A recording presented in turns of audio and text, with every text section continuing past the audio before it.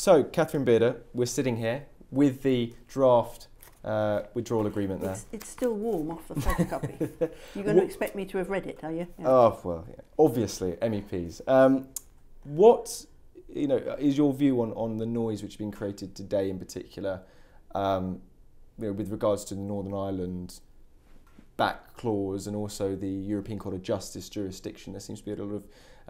We had Theresa May saying no Prime Minister could ever agree to this agreement. For you, but she did. Yeah, she did. She did in December. There were 60 paragraphs in December. She agreed to. This is just turning that into legal text. What did she expect? I mean, there's nothing that's not in there that was in the Christmas agreement. Where do you think this miscommunication has happened then? Because there seems to be a very clear divide between everyone in Europe who seems to think that this is just simply a legal representation of what was agreed in December, and what's happening in Westminster now, where you have a Prime Minister saying, absolutely, there's no way we can agree to this, specifically that clause regarding Northern Ireland. Well, they came up with some fudgy words, which everybody was scratching their heads and saying, what does that mean? We're going to have full regulatory, I can never say that, but we're going to be aligned in terms of regulations on trade. Yeah, okay, north-south. But does that mean, people I talked to in Dublin were saying, well, that means the whole of the UK, or you're going to have some way of stopping the stuff in the UK that is not aligned with the regulations coming into Northern Ireland and then coming into Europe in the back door into the Republic of Ireland. So there has to be, it's the logical conclusion. If you're going to have no border in Northern Ireland, you're going to have some point where you have to intercept trade. And that is going to have to be in the Irish Sea. We understood that. I could see that from the Christmas agreement, and most of the people in the UK and in the Republic of Ireland could see that. She thought she would get away with fudgy words and keep everybody online. Some point, Mrs May is going to have to say, this is what we will do.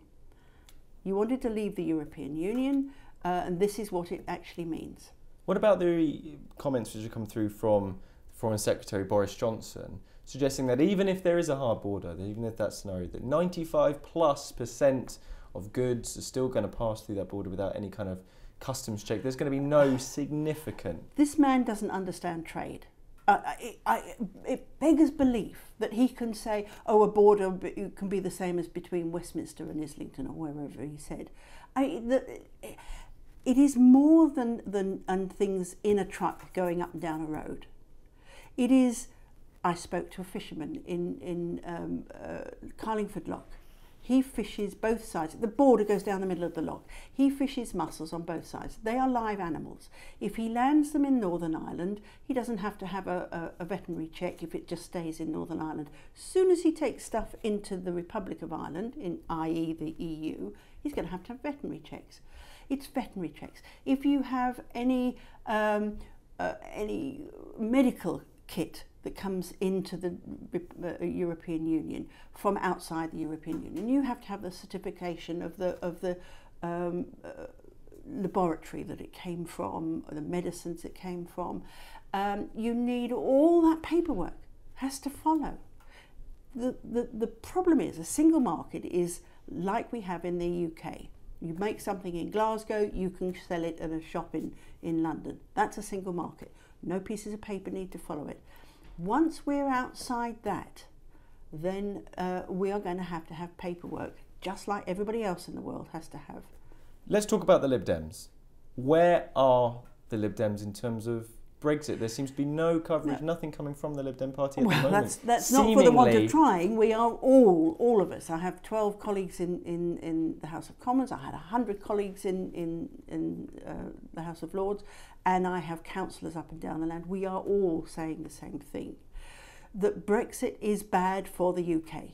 It's not the best thing. We have got the best membership, and I will never be convinced that it is good to leave. But the referendum said we should leave, and it instructed the government to go and do a deal.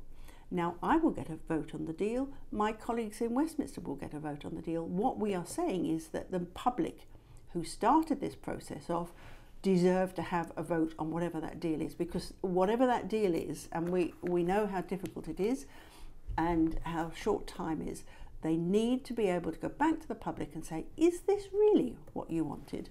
Because if it isn't, we can stop it now.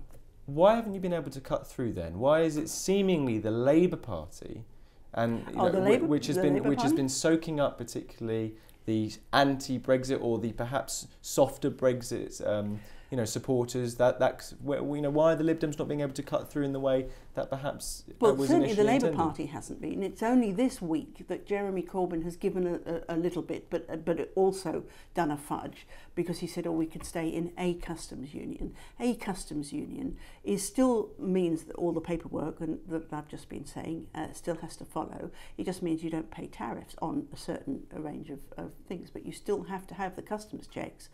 And he's only just come to this just this week. Look, we're 18 months on from the vote, and these deals take a lot of work, a lot of careful negotiation. We can see what happens to 60 paragraphs when you start getting to legalese, and it has to be watertight. It's an international agreement. Now, not only is trade a huge issue, but the citizens are a huge issue too, and they are not addressed in here, and it's British citizens living elsewhere in the European Union who are being badly let down by this document, and we should have a government that is defending their citizens who are not living inside the country. I mean, do you believe that the Prime Minister, or indeed Jeremy Corbyn, really have any kind of understanding about the European Union? You obviously, you work here, you understand this place in the sense of that you deal with it on a daily basis. Is that what, do you ever feel sometimes you're just, where do we start? Absolutely, on a daily basis almost. I mean, they're not stupid. They must know. Their advisors are telling them that this is so complicated. Or we can have a Canadian free agree. On the 29th of March next year, we cease to have a deal with Canada. We're going to have to start back and start negotiating with Canada and 49 other countries and trade deals. So we're going to be doing all of that while we're still doing a transition to the most complicated. Leaving the European Union is about as easy as taking the underground out of London. And it just seems you would come up with platitudes. We heard David Davis last week talk about how wonderful the UK is and we're doing all this wonderful stuff. And the Austrians must have been sitting there and saying, yes, you're doing all that inside the European Union.